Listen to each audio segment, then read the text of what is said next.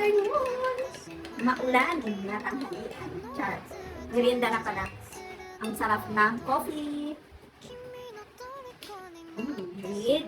Meron akong ang sarap to guys.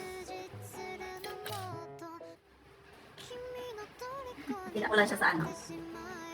Nakita ko siya sa GC. Kaya, yun. Order ako. Para sa merienda. Oh, meron. So, oh. Ay, ang sarap nito. Kain tayo. Harap.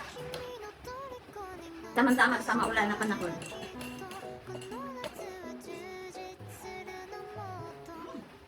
Siyempre, hindi nawawala ang coffee. Kain tayo, guys. The best talaga ito. Sarap niya. Ang dami-dami pa naman. Yan, ang dami. Oh, ang dami. Masarap gumawa yung ano. Pinipilan ko nito.